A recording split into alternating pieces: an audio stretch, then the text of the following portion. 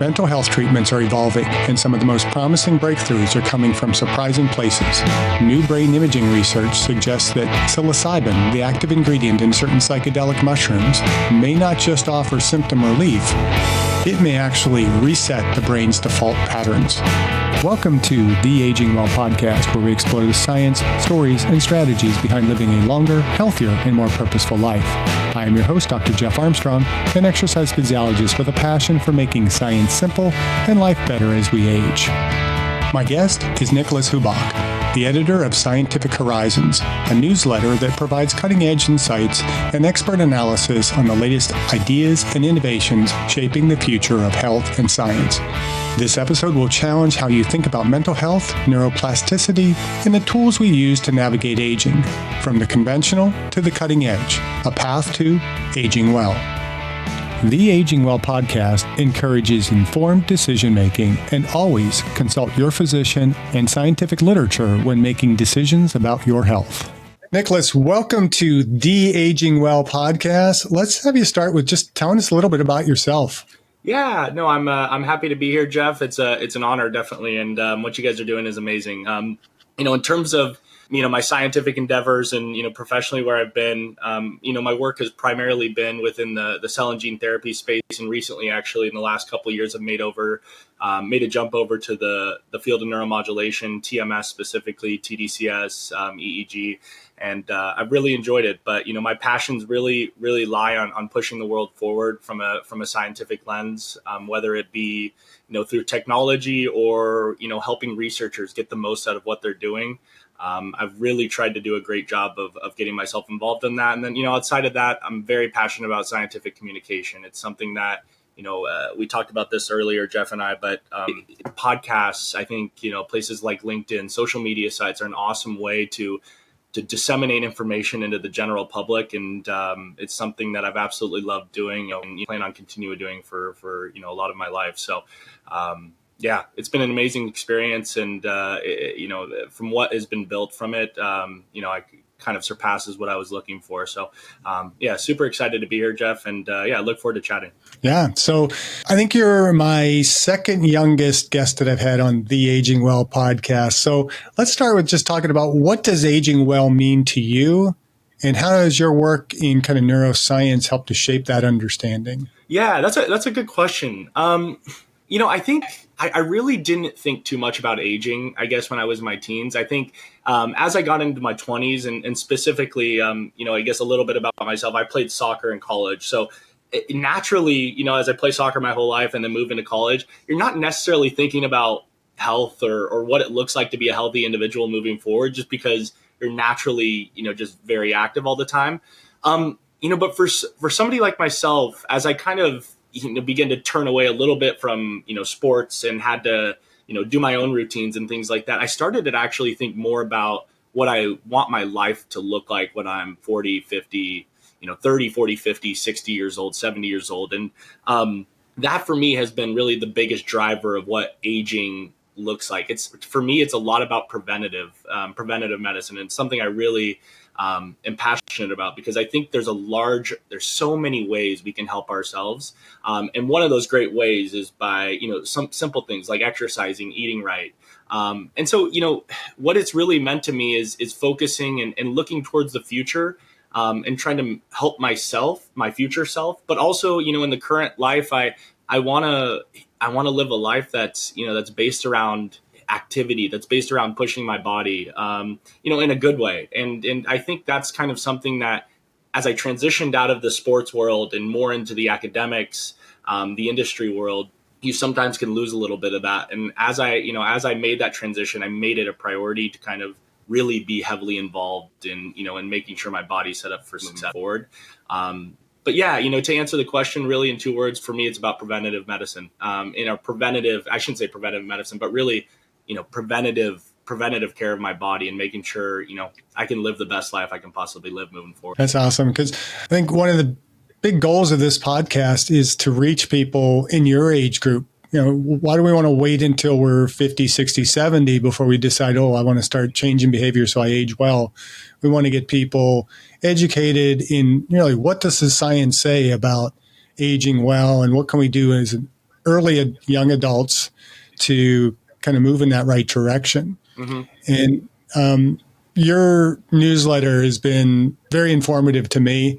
So I'll give kudos back to you for what you're doing, because we've connected through LinkedIn, and I've gotten a lot of information, gotten several guests from your newsletter. Mm-hmm. But I'm learning things all the time from that, and there's so much great information. And one of the things that really prompted me inviting you on the podcast here, probably several different topics, but one that most recently jumped out at me was an article that you had written on psychedelics as the new antidepressant. Mm. And I know that's not specifically your area, but so we'll kind of bring in how your area of science ties into that. But what inspired you to explore this topic on the newsletter, and how does it relate to your broader work in neuroscience and scientific innovation? Yeah, no, that's it's such an interesting topic because, and you can kind of go back with this because there's some really interesting stories actually about specifically, the war on drugs in the United States.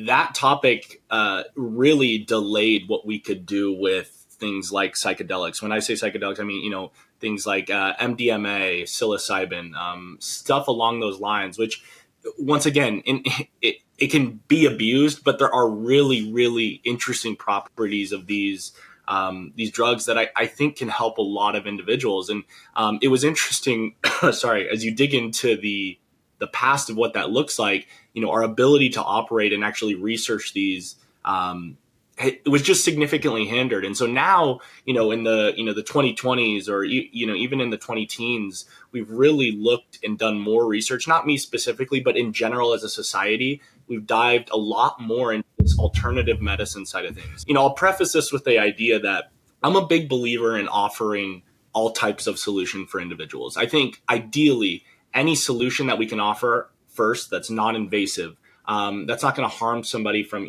a side effects side part of things, I think is really important to put on the forefront of how we approach treatment in this world. And for better or for worse, I think in the United States we tend to prescribe very heavily, and so a lot of what I do and my passions around helping individuals and making sure people understand the options that are available with being a patient, are really based around just morally and ethically giving people access, which I don't think is a crazy thing to say. I think, and that's why, you talk about this, psychedelics are kind of the new antidepressant. I mean, this is a little bit what I'm talking about. People having access to information to say, what, maybe there is a world in which psilocybin might be a really good path for me to go down.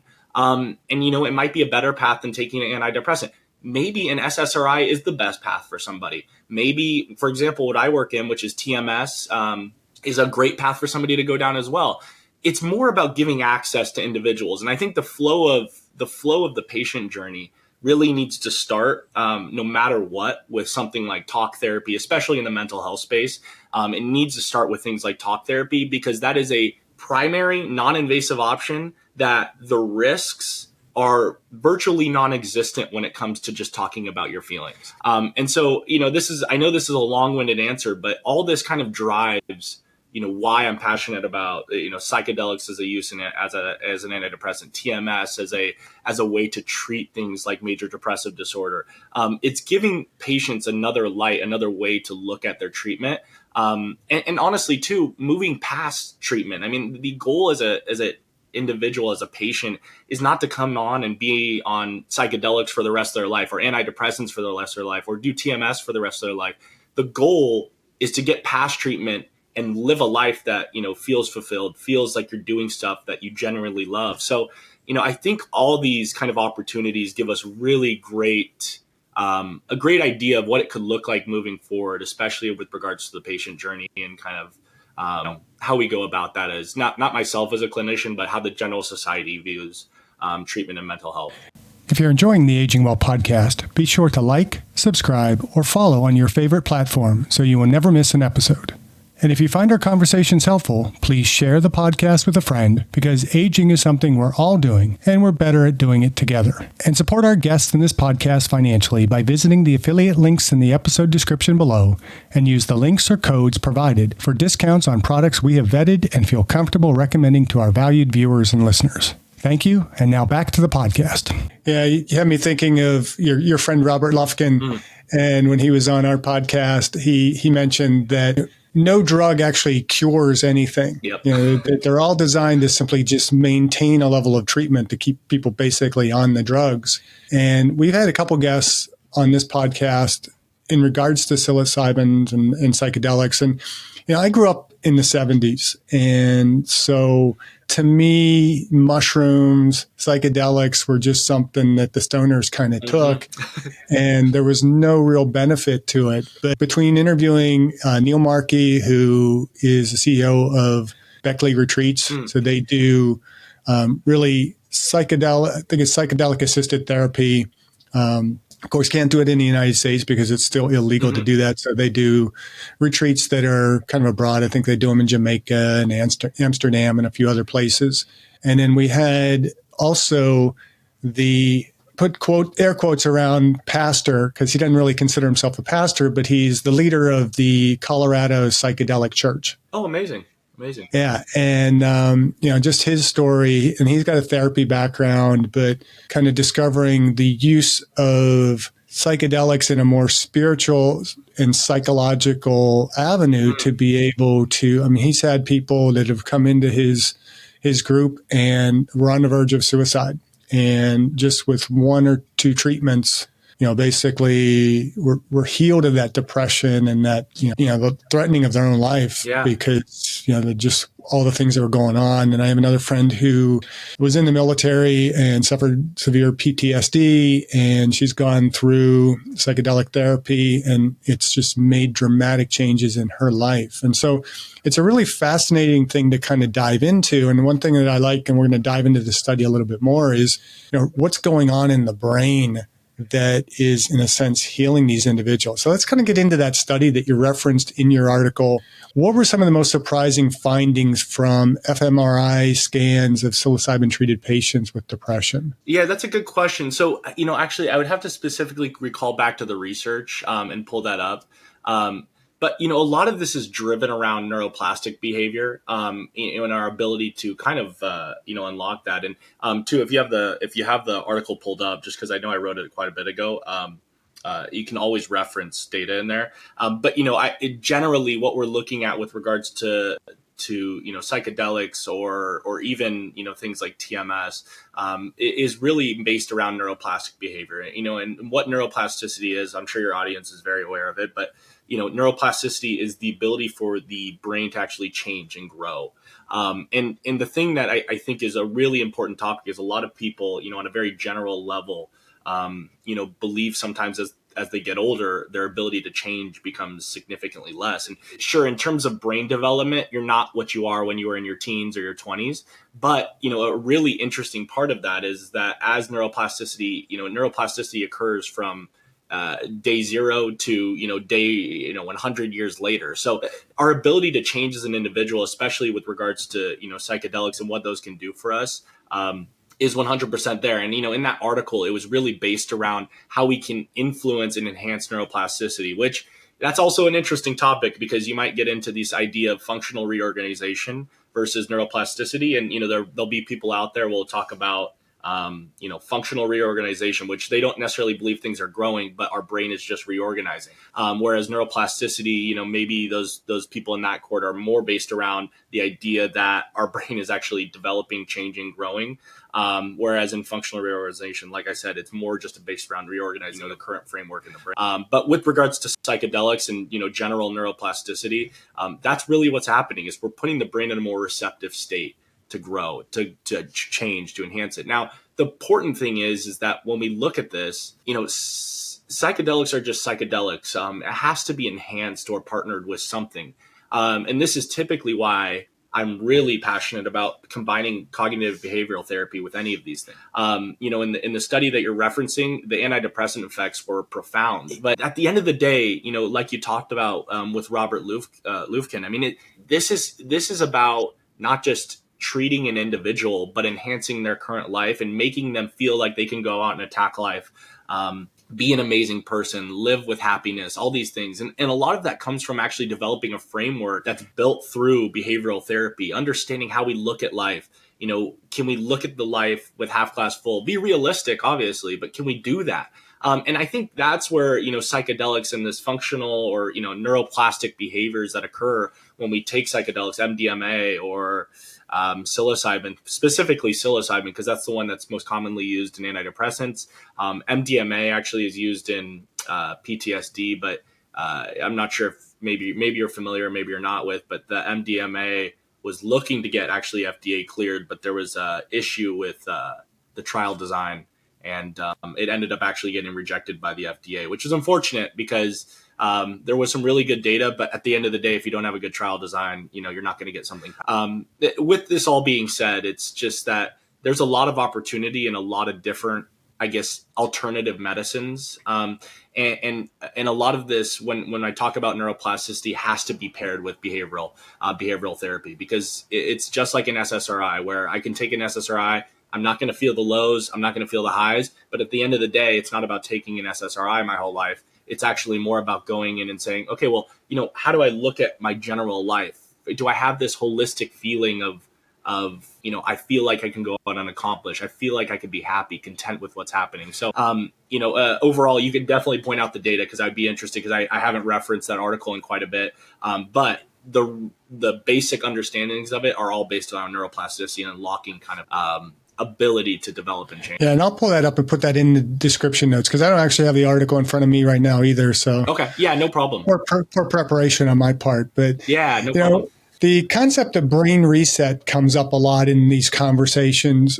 What might this actually mean at the level of neural networks? Sorry, when you say, can you repeat that? It just cut out. The concept of brain resets. Yeah, that comes up in the discussions. Yeah, no, that's such an interesting question. I think it's not so much, I don't like the idea of necessarily resetting the brain. I think it's once again, like, when we look at this treatment landscape, we look at things like neuromodulation through TMS. It's about changing or giving the brain the ability to adapt and change. Not so much as, at least I don't view it as much as a reset, because, a reset really means we're wiping the slate clean. We're not wiping the slate clean. What we're actually doing is just allowing it the ability to change. And I think in a lot of people who deal with depression, anxiety, OCD, among other things, PTSD, the ability to kind of move outside of that loop of, struggling with these conditions is very hard. Sometimes it can't be done through things like CBT. Sometimes we need things like psychedelics. And I think this idea of allowing ourselves to change, there's always an opportunity, but giving ourselves that extra boost to change is something that we can really do with these alternative therapies. TMS, I actually wouldn't even consider really an alternative therapy. It's really it's becoming quickly pretty much a standard of treatment. But in the psychedelic space, it's still considered alternative therapy. At the end of the day, it's allowing us to open our minds, allowing us to view things differently, allowing ourselves to feel that ability to become something, to be something, to feel like we can move out of maybe this, bubble we're in.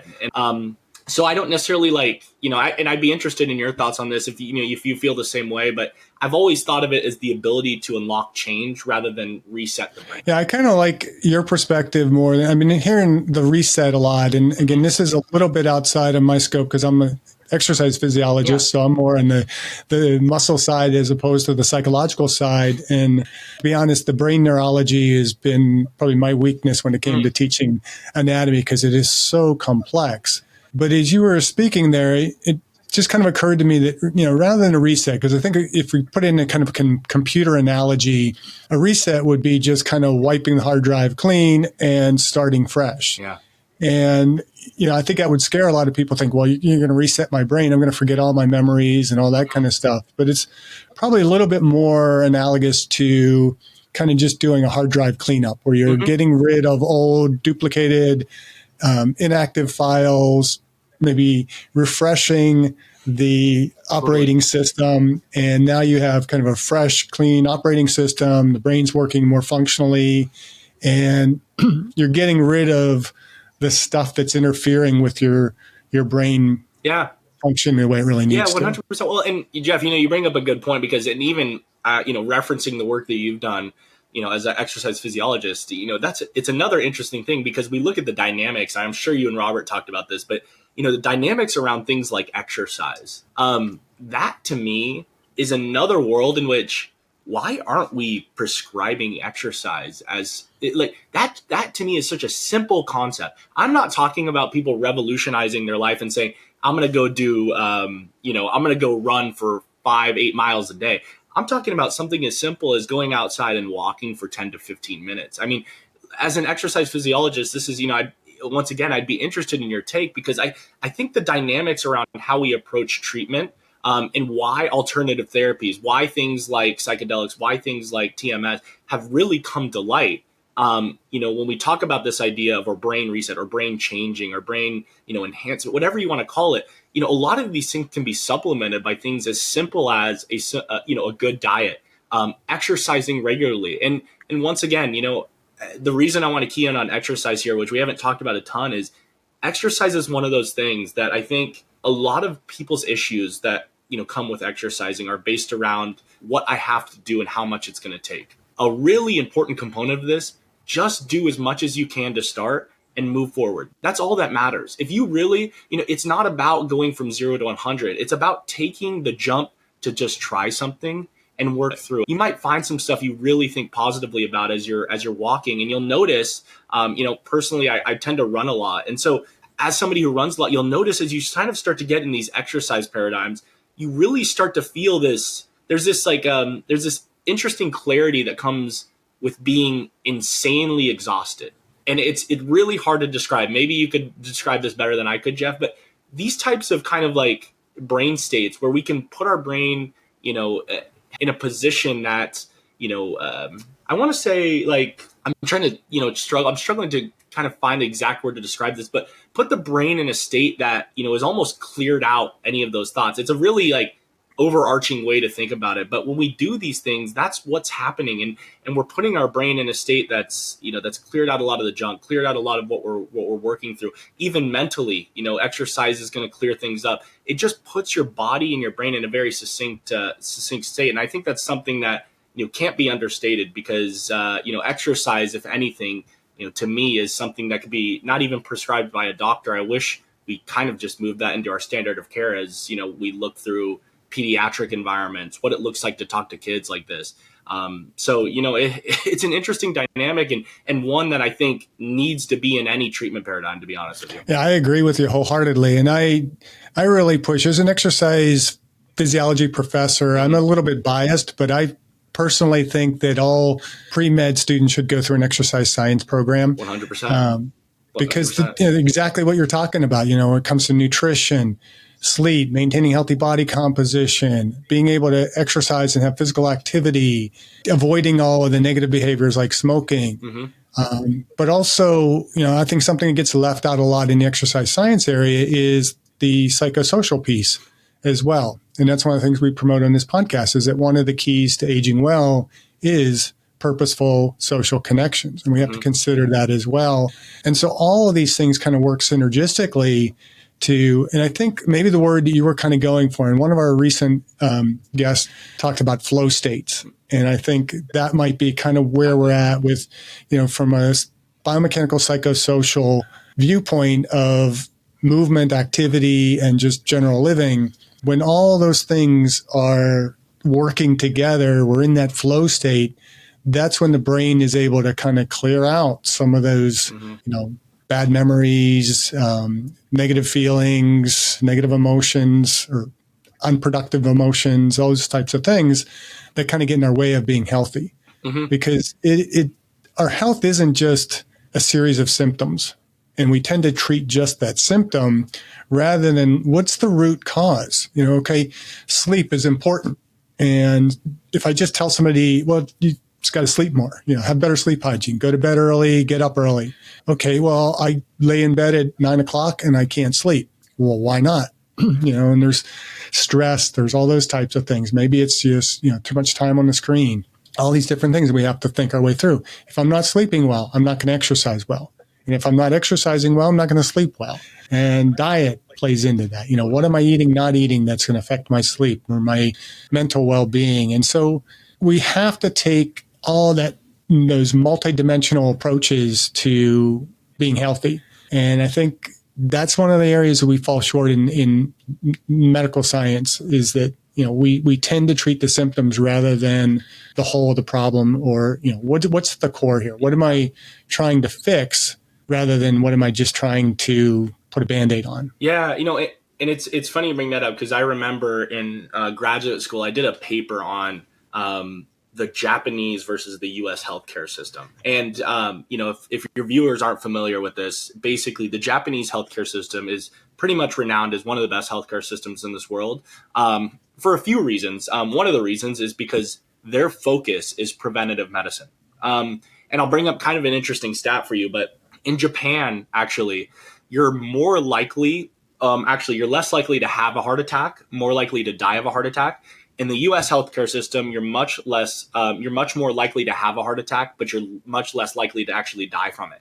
And that kind of speaks to how we've approached healthcare in the United States, which we're very good at reacting to situations. We're super good at it. And what that breeds is massive amounts of innovation. Because we see these systems, because we understand what's happening, but we don't actually prevent it from happening, we have to develop ways to actually, increase the survival rates of patients, all these things. And so it's very interesting when you kind of compare these methods, because, looking at the Japanese system, they are world renowned for, having one of the oldest populations in the world. And when you look at what they do and how they carry themselves, not just culturally, but, in a daily life, a lot of it is based around walking. There's a large part that's super based around socializing, not just as a 30, 40, 50-year-old, but in your 80s, you're all around your family. You're around people that have loved you your entire life. So, there's something to be said, once again, about, exercising, but also the psychosocial component of what it looks like to approach healthcare. And even, I think about this as you were talking, it's like aging well is such a good way to put it, because this isn't about having the idea of health kind of, I think, naturally puts this idea that there's something against health that we're working against. At the end of the day, this is just about treating our bodies correctly. And once kind of like I was saying, aging well. And if we can do these things like diet, exercise, we can really learn from things like preventative medicine, which is what the Japanese have focused on. I think as somebody who really wants to age well, I think there's so much to kind of take into heart there. And so, if anything, I just want to say that I really, those dynamics are so important to hold. And I think people feel like it's a lot harder than it actually is. It's as simple as, everything in moderation, or doing things in moderation, understanding what we're at risk for, understanding, what we want our lives to be. It's okay to look towards the future. You don't have to live in the future, but you can think about what you want your life to be, and adapt to, your current situation to how you can meet those goals. And so, I bring up the Japanese US healthcare system, but these are all kind of ideas that we can take and work together, because we want a lot of innovation in the United States, an amazing place to innovate. But we also don't want as many sick people. We don't want as many people with diabetes. We don't want as many people with obesity. Inflammation is such an interesting topic. I will not say I'm not an expert on it, but I do read quite a bit about it. And that's something that can be influenced by things like preventative behaviors of exercise, diet, social, being social with individuals. So, if anything, I really appreciate what you do, because it's something that is just not talked about enough. But also in the same light, the simplicity of exercising has goals far beyond just cardiovascular health. It's really, really much, much more outside of that. It's great hearing this come from a young person. Yeah, thank you. So maybe the older of our listeners that are kind of paying attention to this podcast can see that, it is about prevention. I think too many of us have been raised in generations where aging is a negative thing. And I hate the fact that we talk about aging as a disease, because it's not a disease. Totally. It's not something to be cured. It's something to be And I think that's the difference with the Japanese is they welcome aging. I mean, they respect their elders, and there's a bit of honor that comes with aging. It's like the older you get, the more you're honored in your community. Whereas in the U.S., it's all about, well, I'm getting old. I got to hide these wrinkles. I got to, Yeah. when we talk about longevity, it's all about reversing aging rather than, how am I increasing the vitality of my life by doing these healthy practices that are enabling me to live well and to be productive and contributing to my society as I get older. Yeah. Rather than being bedridden. No, it's such a good point. And it's funny because right as you were saying that, it's in my age group, what I find really interesting is people in their 20s are like, they'll be like, it'll be a 22-year-old talking to like a 27-year-old. They'll be like, holy, you're so old. It's so funny because at the end of the day, though, we all have just been born at certain circumstances in our life. And we're all just aging on this, this time continuum. So it's like, it's such an interesting dynamic. And especially maybe it's mostly in the United States, but it's just, how we value that is so important. So yeah, I totally agree. And I think, shedding a light on aging is so important for a lot of the dynamics you said. But once again, it's okay. It's okay to get older. Everyone gets older. You don't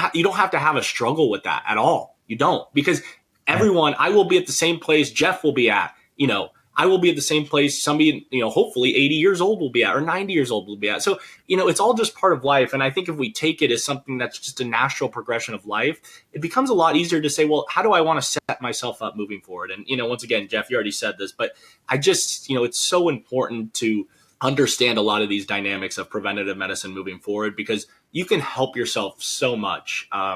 And it really doesn't take too much. And that's what I want to really stress for anyone is anyone can do it. And I'm always happy to help. I'm always happy to provide support, but anyone can do this. And you really can, you can live your best life by doing some very simple things. Yeah. I just had a picture of you as an 80-year-old out playing soccer. Like I've seen some of these guys.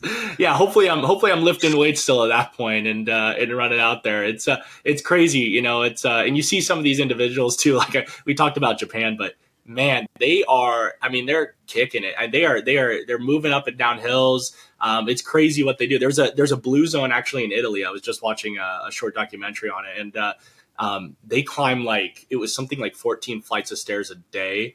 It's not actual stairs, but it's just a massive hill. And this specific community, they don't really utilize any cars. Bikes and walking is basically their main source of transportation. And they have, their 80 to 90-year-olds are kicking it better than, some of our 40 to 50-year-olds. So it's amazing. It's really amazing. Yeah. And the blue zones are fascinating to me because, when you talk to people in this country about getting older, again, it's the longevity circles. It's the supplements that we have to take or the treatments that we can take to be able to live longer. I have not seen a single documentary or an interview of people in the blue zones that are talking about their biohacks or the supplements that they are taking. They're just living life the way their culture has long lived it. And hopefully, we as Americans are not moving into those communities and kind of disrupting their lifestyle. Yeah. I was just reading the other day that, Okinawa, the number of individuals living over 100 is dropping dramatically because, we basically occupied the land since World War II and it changed the diets. And so people are eating a more American diet rather than their traditional diets, and they're not living as long. Yeah. Yeah. And, it's something I'm sure Robert probably talked to you guys about this, but what we have in our diet and, when you compare that to, we'll just say like the makeup or, the nutritional makeup of a lot of our food is insane. And you can go to other countries and it won't be approved.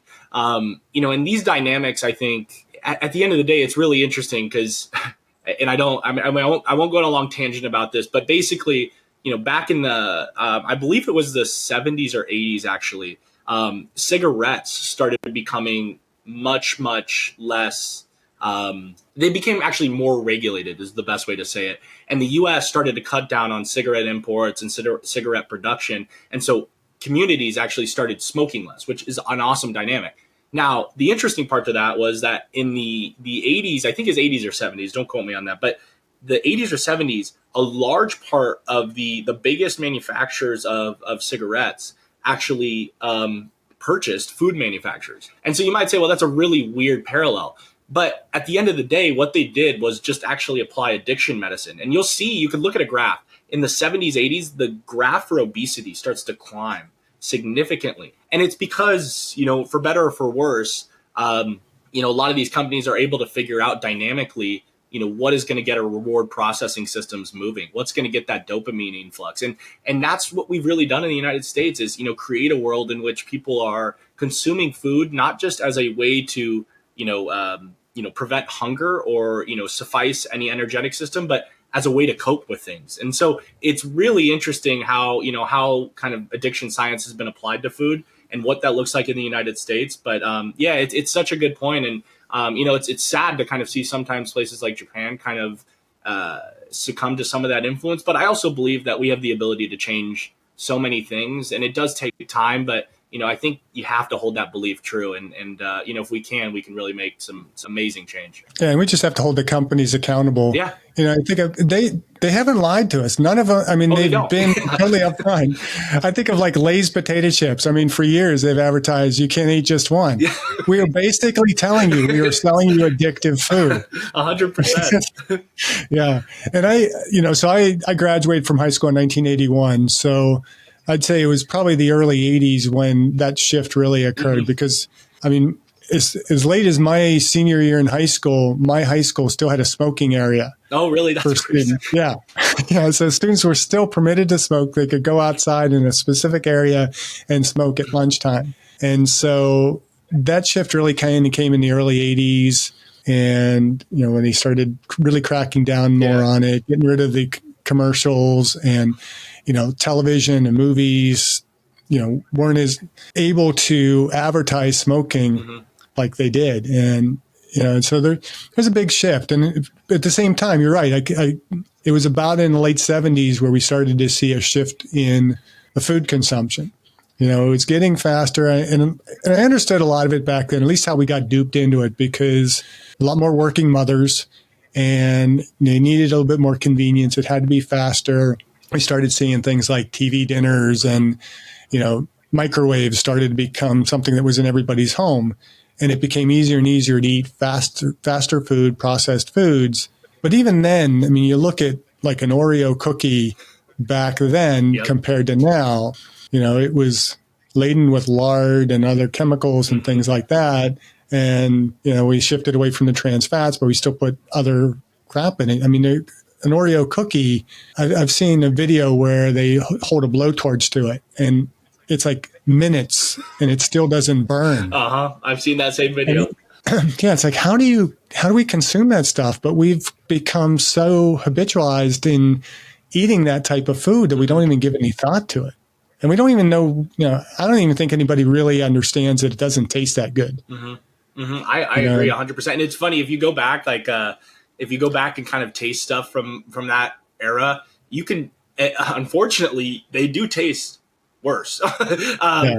You taste stuff now and it tastes a little too good. And so that's part of the issue too. I mean, what they put in these, what they put in a lot of these ultra processed products is insane. And it's, unfortunately it's nobody's fault, in terms of a person's ability to, we'll say, control themselves when it comes to eating, because what the companies have done is just play on addiction science. And to that, it's a great segue too, actually, into neuromodulation, which is kind of an interesting dynamic with regards to TMS and what we can do with non-invasive neurostimulation. I mean, addiction is one of those things you talk about smoking, you talk about cocaine use disorder, a lot of these addiction, alcohol use disorder, TMS is a budding field in addiction as well. And so it's interesting to kind of see how too we've taken a lot of these dynamics. Then, you even look at depression, which is, can be comorbid with addiction. It can be comorbid. It's significantly comorbid with anxiety, but, we can use non-invasive ways now to actually kind of unlock these, once, maybe, I would say maybe in the last 30 years, it's been a little bit tougher, because this is when we started applying maybe a lot of these, interesting dynamics in nutrition. But now we're coming up with non-invasive ways too, to kind of help with a lot of these dynamics. And I think that's a really cool it's an awesome innovation that happened in the United States that I think, I'm really excited about. Yeah, and that was a great segue into kind of really what my next question was going to be. You work for Magstim, a company that is known for non-invasive brain stimulation. How do tools like transcranial magnetic stimulation, or TMS, compare or complement psychedelics, nutritional approaches, and some of these other approaches that we've kind of been talking about? Yeah, no, it's a good question. And that's kind of, that dynamic. I'll speak to, from a non-clinician standpoint point of view. There is so many ways. We're still getting data on what it's really going to look like integrating this into full treatment spectrum. But I have clinicians out in Arizona who, actually, let's bring it back to the basics. So with regards to neuromodulation, what you're doing is, we talked about that neuroplastic behavior. And that can be done with things like TDCS or TMS. TDCS is transcranial direct current stimulation. So you're applying what's called it's a low level electrical current across the brain. The dynamics that are different between that and TMS is, in TMS, you're actually creating an action potential. It's causing an action to happen. It's causing a neuron to fire. In TDCS, what you're actually doing is lowering the depolarization curve for that neuron. So kind of to put this into more, from an overarching point of view, imagine you're a sprinter. And that sprinter's at the 100 meter line, and they're waiting to kind of, shoot off for the 100-meter sprint. Ideally, if you were to do TDCS, we'll say for 3 to 4 months, we could lower the depolarization rate, or even, sometimes they'll say after a couple sessions, but you can lower the depolarization rate of that neuron. So theoretically, you can get an action potential to occur at a faster rate. Now, there's data, they're looking at things to back these things up, but that's kind of the difference in TDCS, is you're not actually creating the action potential. You're allowing the brain to achieve that action potential quicker. These dynamics with regards to TMS and TDCS and what it looks like in psychedelics is really interesting. And so one thing I commonly talk about is actually integrating a lot of these measures. So one of the things that is super common, and I won't say super common, it's common and becoming a lot more common, is actually in, putting the brain in a more receptive state prior to receiving a TMS treatment. So if we can do things like with TDCS and get that depolarization curve, we'll say from like negative 80 millivolts to negative 60 millivolts, and then we can go in and run a TMS session. Theoretically, we could potentially get better results for that individual with major depressive disorder, anxiety, OCD, whatever condition we're treating. Now, on the other end, ketamine is one of the most heavily used. It's FDA approved, but it's one of the most utilized. I don't want to say psychedelics, but it's one of the most utilized alternative medicines out there, at this point. And so it's interesting when you see too about the dynamics that we could utilize with TMS. So theoretically, we could go in and we could send, we'll say 100 pulses in the brain prior to receiving a ketamine treatment. And what that would do is theoretically put the brain in a more receptive state. I keep saying theoretically because, once again, this stuff is being done, but there needs to be more data. As always, these are very novel techniques, but there is individuals and clinicians doing this.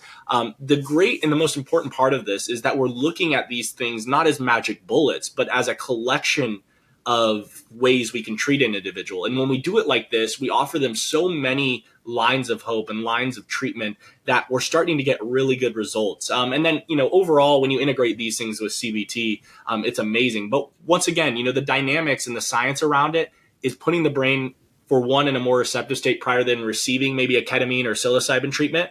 And then you can look at it in other ways, like how you could integrate TDCS, like I talked about before, priming the brain prior to a TMS treatment. Maybe, for example, there's something called maintenance TMS, which is not FDA approved, but it's talked about a lot. How do we, once patients go through this treatment scheme for 36 sessions, how do we maintain the results of their PHQ-9 score, or, maintain their depressive symptoms? And this is where kind of this continued treatment paradigm, can really come into play. Maybe it's integrating psilocybin, once a year. Maybe it's, doing TDCS treatment for 6 to 8 months after TMS. It kind of depends, but it is an interesting dynamic. And the great part is that when you're non-invasively stimulating somebody, the side effect profile is so significantly smaller than that of an antidepressant.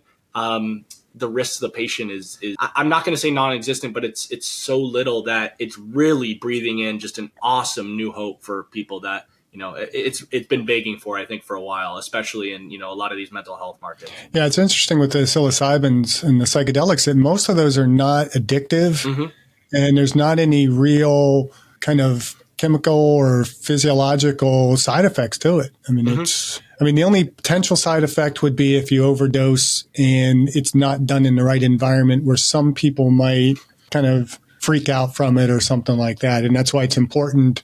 And I always kind of underscore, you don't just self-medicate yourself with psychedelics. You want to do it in a more controlled fashion, the right environment. Totally. So that should something happen, somebody is there to be able to kind of bring you through that experience and have it be more medicinal than just simply recreational. Yeah, 100%. And I'll kind of preface this with the idea that, one thing I'm really passionate about, what our company has done, is they've actually integrated this 3D navigation software called StimGuide. It's called StimGuide Pro. But the reason I bring this up is because, a lot of the risks that are associated with things like with TMS is the biggest risk would be a seizure.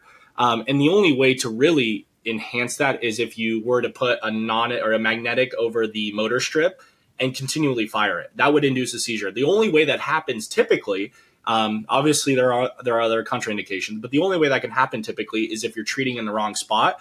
And so what our company has done, and I'll shamelessly plug them because I really believe in what they're doing, is that we've created a method for targeting that allows allows the clinician, it allows the technician that's delivering these treatments to feel comfortable with doing it. And that's really, at times that's one of the most important things, because if a treater feels more comfortable, the patient feels more comfortable. If the clinician feels more comfortable, the patient feels more comfortable. And these all influence treatment paradigms. So if they feel comfortable coming in and they see the clinician going, oh, you know what, it's guided me to the exact spot I need to go for treatment.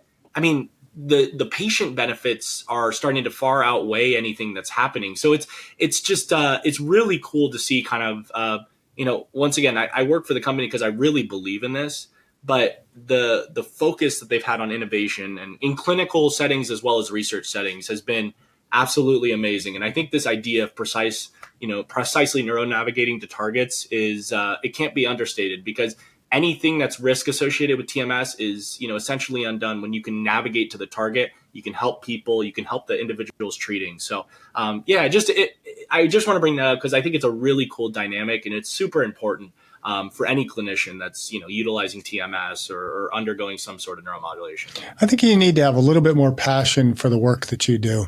Yeah. I know. Sorry, Jay. I really love this stuff. I think it's so cool. Once again, like, these are awesome paradigms to talk about this because we can talk about it freely. But it's just I'm so like people like the ability we have with non-invasive neurostimulation is amazing, and where we're going to go in the future. Outside of the company, brain enhancement for healthy individuals. That's a realistic future we're looking at. So it's just amazing what we can do with these technologies. And I'm super excited because neurotech is one of those places that it's hindered by regulation originally, but we've created technologies that are so important. There's companies out there that are using subatomic, like they're using nanoparticles to stimulate areas of the brain. There's companies out there in DBS that have revolutionized DBS technology. I think it's precision neuroscience, but now they have like DBS technology that it doesn't actually need to penetrate the brain. What it is, it's like under the surface of the skin, and it's a technology that it's similar to deep brain stimulation, but it's a little. I can't go too much into the dynamics because I don't understand it. But that being said, we're really, the innovation that's happening in this space is, man. It's just it's awesome, really awesome. And I love the fact that you not only interested in this field, but you are heavily data driven in your approach to wellness. Yeah, thank you. Yeah. No, thank you. I agree, Jeff. Yeah, it's amazing, and honestly, that's like I know Jeff and I have talked about this before, but like it really is important to have things like what Jeff is doing with the Aging Well podcast, and with what I do with Scientific Horizons, because we can make sure, and I know Jeff feels the same way, is we can make sure that the information that's getting out there is about the data. It's not about some biased feeling of, hey, this is how I feel about psychedelics. This is how I feel about LSD. I'm happy to link all the data there, and so people can see it. Because at the end of the day, though, if people see this and they understand it, we can make real steps forward. So it's amazing, and it's a testament to what Jeff's doing, because what you do is really important, I think, for this. And I would say the same for the work you're doing as well. Thank you.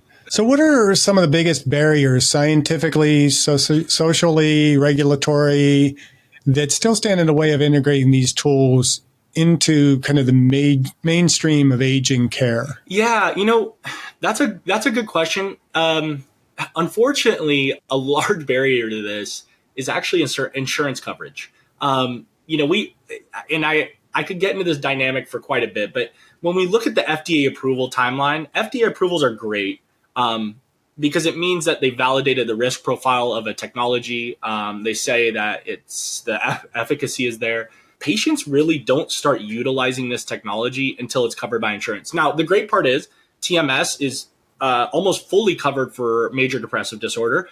There's pretty large amount of coverage for OCD as well as anxiety/anxious depression. And then, our team got adolescent MDD approval actually recently, which we're really excited about. But, overall, the biggest barrier for patients getting this has been, how easily can we get it covered? And this dynamic, once again, it's pretty simple to me. This is based on ethics and morals. Why would we give somebody something that could potentially have massive side effects or, a decent amount of side effects when we can offer a solution right off the bat or, after cognitive behavioral therapy that gives you a non-invasive way, smaller risk profile, the side effect profile is smaller as well. Why wouldn't we give people this opportunity? Ethically and morally, it makes a ton of sense. Now, there's a lot of money to be made in SSRIs. And so I know that's part of the reason. And that's okay. I mean, look, that as long as we're helping people, that's really the goal. So if they can get help with SSRIs, that's beautiful.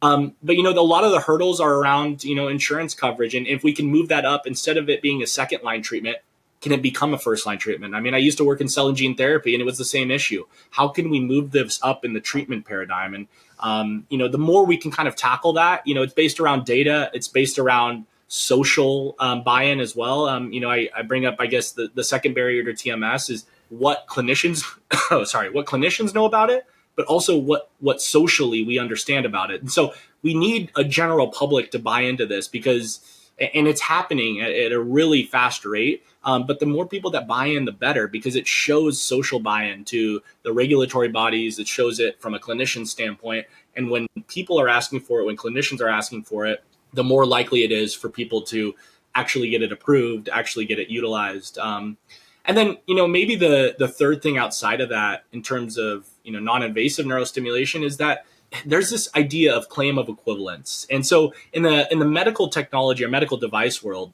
if we go and get an FDA approval, if you have a similar device in terms of like magnetic field, you can easily claim equivalence. And so it's actually hindered companies from wanting to go out there and spend millions of dollars to get an FDA approval. So it's an interesting dynamic because at the same time, you want to access this as much as you can, but to give companies from a business standpoint the financial wherewithal to go out and get an FDA approval, there has to be some payoff for them to spend millions of dollars to do this. So, that's another dynamic that needs to be, I wouldn't say changed, but we need to think about it. And we need to think about how long, these, in biotech or in drug development, it's patent cliffs, but, how long we can protect a company when they get an approval and what that submission process looks like, because I think it's super important and it gives companies the idea that, for one, they have to make money if they're going to do this, but two, we can help a lot more people if we're giving companies, enough time to actually recover the amount of money that they put into these and to get FDA approval. Those are kind of the three biggest barriers, insurance coverage, social buy-in, and then once again, medical device innovation and FDA approvals are kind of hindered by the claim of equivalence. Yeah. So let's kind of go back to your newsletter. What are some of the advances in neuroscience that you've covered that most excite you with regard to aging well? Aging well, yeah, that's a good question. Actually, I had one of my colleagues wrote an article actually on brain enhancement and learning behaviors with regards to TDCS. Mahesh Madasamy, I'll kind of shout him out, but really interesting. What we're doing with things like TDCS, which are more portable devices. Actually, I have one right here that I could show you guys. It's very small, but the great part about it is they've been able to take technology like this, which is just a small headset, and we've been able to use this to enhance things like learning. So theoretically, if you were to go in and play the piano for the first time and you did TDCS prior to every session of playing the piano, we could potentially enhance the learning curve for what it looks like to become, a successful piano player or be something like that. And, those dynamics around aging well, with regards to neurostimulation is a really, it's a cool dynamic because, a lot of the time we talked about this neuroplastic ability to change.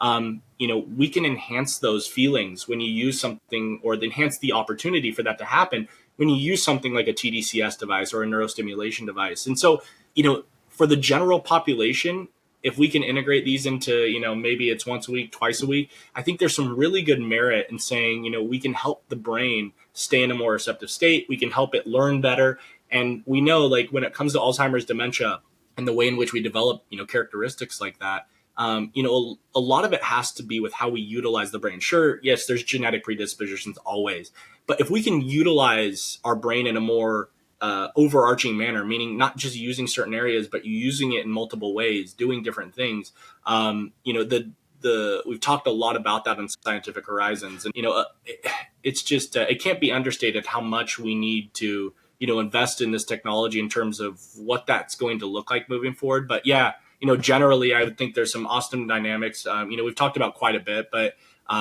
it's really cool to see kind of how those neurostimulation devices are using for healthy individuals. Yeah, it is pretty fascinating. And you mentioned the genetic component of things like dementia, but just because, we have the genes doesn't mean it's necessarily has to happen. Totally.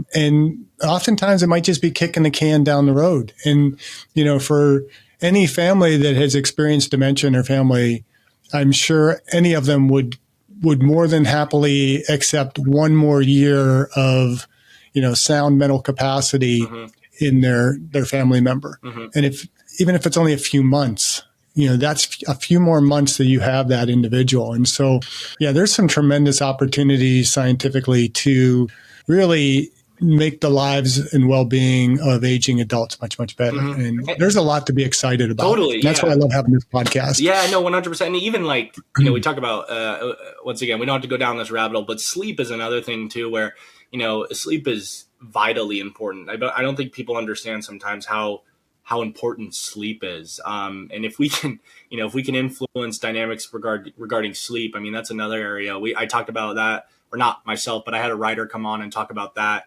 recently in some of the Scientific Horizons newsletters. And the reception was amazing. I mean, I had Leonard Lotto, who was one of your guests, is awesome individual, amazing psychiatrist. He came in and he wrote a piece on Alzheimer's dementia as well. And, what kind of active pharmaceutical agents too we can use to kind of fight these conditions and even even prevent these conditions. 100%. I think the future looks really bright, which is awesome. Yeah, I think I'm going to have Leonard back on pretty soon, just because he just published his paper on his manuscript. So we're going to get into talking about schizophrenia a little bit deeper, and that's awesome. Get him back on. Awesome. So he has some great work. I think he wrote. When was it? I think maybe about 2 months ago he published. We published something, or had him published through the newsletter, something on schizophrenia, and but once again, really well received. I mean, the guy is he's a bucket for information and awesome at it. So it's a great opportunity to have something like that on. Honestly, I'm actually planning also on having Dr. Lufkin back on as well. Oh, cool. So because he's been doing some stuff as well. Yeah. So you're young. But we have talked a little bit about you. You are a little bit more cognizant of the fact that you are aging and the future of aging. So what are you doing personally to age well? Yeah. A big thing for myself is I've really tried to, we talked about this earlier, but I've tried to stay as active as I can possibly. A few of the things that I do specifically is I rock climb a lot. The nice part about this is, like, you can pick up anything in your life at any age. And, I've never rock climbed my whole entire life. And then the last 2 years, I've been rock climbing quite a bit. And, for one, it's giving me the ability, because I played soccer my whole life, to kind of move outside of that and do some different things. But that's one thing, is just trying. I think the dynamic, especially of just trying different things, activities, has really been something that has helped me a ton, because you find new passions. You also find stuff you don't like, but I mean, at the same time, you find so many cool things to do. And yeah, rock climbing's been one of those things. More now than ever, I would say. I've really been focused on, kind of my diet and what I eat. I wouldn't say I'm the strictest out there, but I also understand that like this idea of everything in moderation, it is a true idea. And like, if I can have, I'm going to have some bad stuff for myself every once in a while, but I'm also going to eat well during the week and set kind of these standards for myself. I think that's the biggest thing, is that, during the week, I'm very strict. On the weekends, I let myself go a little bit, because I think my body's earned that. And I think my brain's earned that. So, when I look at it like that and kind of set these like ground rules for myself, I think it makes, and sure, it's not going to be perfect always, but I think if I can hold those dynamics true, it makes aging well a ton easier. And it makes me too, this idea of, how you manage kind of these urges to have food, or, urges to do other things. It really helps when you have these dynamics in place, because it's something to fall back on. But that's probably the most important thing, is like, I created a routine that I think works well for myself, and it feels comfortable. And I think that's awesome. That's a great answer. And I think those deviations from the routine are important, but it's also important that when we consider that deviation, that we're not slipping into the worst of habits. Yeah. Like for me, like if I want ice cream, I'm going to get ice cream, but I'm going to get good ice cream. I'm not going to get crappy ice cream. Or, I find it hard to eat donuts and stuff like that anymore, just because even the best of donuts start tasting like, why am I doing this to my body? Totally.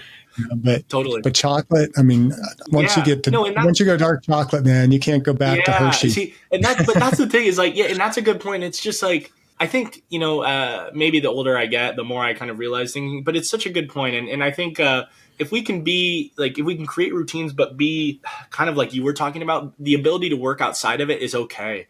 And you don't have to be this, you don't have to shame yourself. You don't have to feel any shame for going outside of your routine or not eating correctly. Just use it as an experience to kind of move forward and say, you know what? Okay, if I ate bad today, then I'm not going to eat bad Thursday, Friday, Saturday, or I'm like, It's okay to adapt. And I think people people put a lot of pressure on themselves to do exactly what they're telling themselves to do. And I think that comes with, then shame, and they, there's a spiral there. And so I think if you're okay with yourself and you're comfortable with yourself working outside of kind of those guidelines you set, it's okay. Stuff happens. And I think you'll be a lot more successful in aging if you actually kind of give yourself some of that. Great words of wisdom from a young person. Thank you, Jeff. Well, you got a lot more wisdom than I do. And it's amazing though, to kind of hear you talk about exercise science and what you've done. So and you're kind of the epitome of what it looks like to age well. So, well, thanks. If anyone wants to age well, I would definitely encourage them to kind of listen to this and the work you've done, because it's a great framework. Oh, thanks. Is there anything we missed talking about today that you want to kind of add to the conversation? No, just overall, I think, I think people should, I know we talked a little bit about it there, but I think overall, I just, the goal is dissemination of scientific information. And, the more science we have, the better, even if it's not the results you wanted. I talk a lot about this with researchers, but, the goal is to have any and all information. The more information we have, the better decisions we can make. And I think, with what Jeff does, and then, what I do as well, I think disseminating this information out into the public is also super important. And so, the more people that understand these things, the better.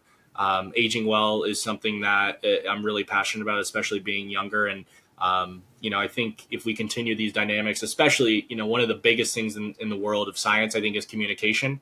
As long as you don't get siloed into what you're, it's great talking to psychiatrists all the time if you're a psychiatrist, but it's also good to talk to other individuals, functional medicine doctors, neuroscience. We get outside and talk to other individuals, because the more we do this, the more we can have conversations, the more we can push the world forward. And I think that's really, really important. It can't be understated, I think, how much communication matters in innovation. So no, I think overall that's, I guess my parting thoughts. I really do love what you guys are doing here. And, congratulations, if anything. Thank you. And again, I appreciate the work you're doing, and just keep doing it, and just keep aging well. And we'll have you back on here sometime in the near future to kind of continue to share your information. So, awesome. Thank you, Jeff. Thank you. Thank you for listening. I hope you benefited from today's podcast. And until next time, keep aging well.